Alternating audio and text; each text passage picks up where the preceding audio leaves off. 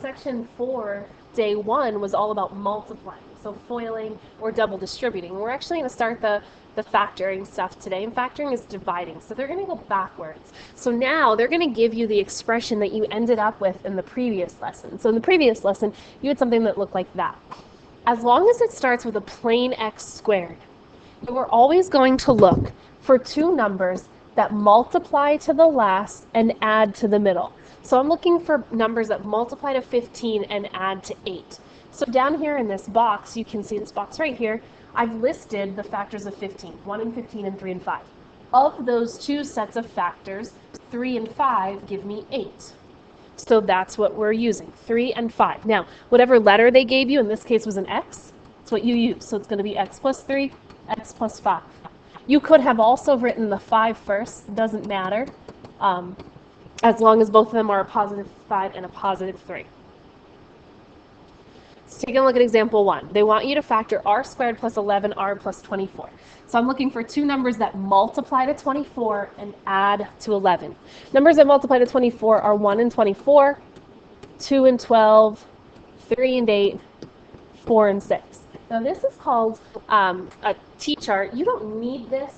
If you're somebody who can see the two numbers right away, that's okay. But at this point, it might be helpful for you to make this multiplication T-chart if you can't see the number. So the factor pair that adds up to 11 is 3 and 8. So my answer is r plus 3, r plus 8. Number 2, I'm looking for two numbers that multiply to 8 and add to 6. So the factors of 8 are 1 and 8, 2 and 4. Which of those factor pairs add to 6? And the answer is 2 and 4. So I write it y plus 2, y plus 4. Notice that I changed the letter to whatever letters they are giving. That's really, really important. If they use y's, you have to use y's as well. Pause the video to complete the try it's.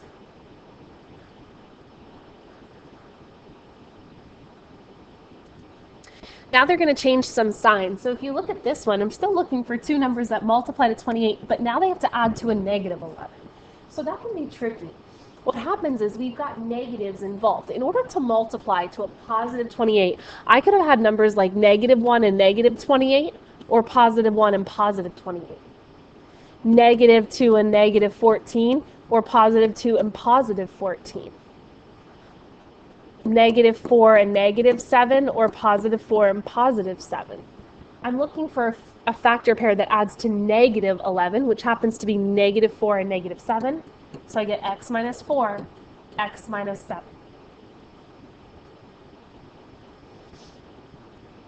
Two numbers that multiply to 12 and add to negative is 7. So I'm going to skip the whole plus and minus thing for a second because it multiplies to a positive 12. And that basically just tells me that the signs have to match. Because they multiply to a positive number, both signs are either positive or both signs are negative. And because they have to add to a negative, that forces both sides to be negative. So my factors of 12 are negative 1 and negative 12, negative 2 and negative 6, negative 3 and negative 4. The negative 3, negative 4 pair is the pair that works. So my answer is y minus 3, y minus 4. And you can always double check it. Just look at it and say, okay, negative 3 times negative 4 is 12, and negative 3 minus 4 is negative 7. So you know that you're right. Pause the video to complete the try it.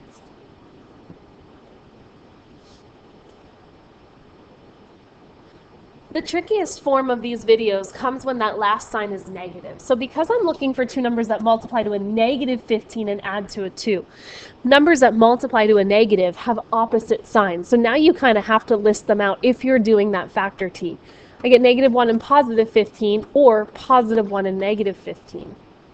I have negative 3 and positive 5, or positive 3 and negative 5. The factor pair that gives me a positive 2 when added, it is not this one. When added, this gives me a negative 2, but I want it to be a positive 2. So I specifically have to pick this one. So my answer is x minus 3, x plus 5. We talked earlier in this lesson about how you can mix up that order. You could write your answer as x plus 5, x minus 3. that's okay. What you can't do is put the negative in front of the 5 and the positive in front of 3. The signs matter. So what I'm saying is don't make it x plus 3, x minus 5, because that ends up being this factor pair that I talked about with the different sign. So don't do that. Make sure the negative goes with the 3 and the positive goes with the 5.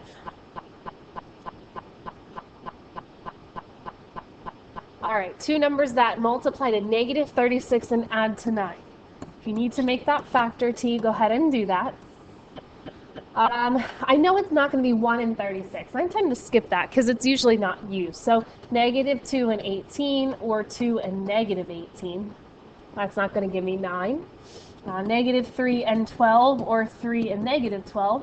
That one's going to give me 9. In fact, if I add negative 3 and positive 12, I get 9. So my answer is n minus 3, n plus 12.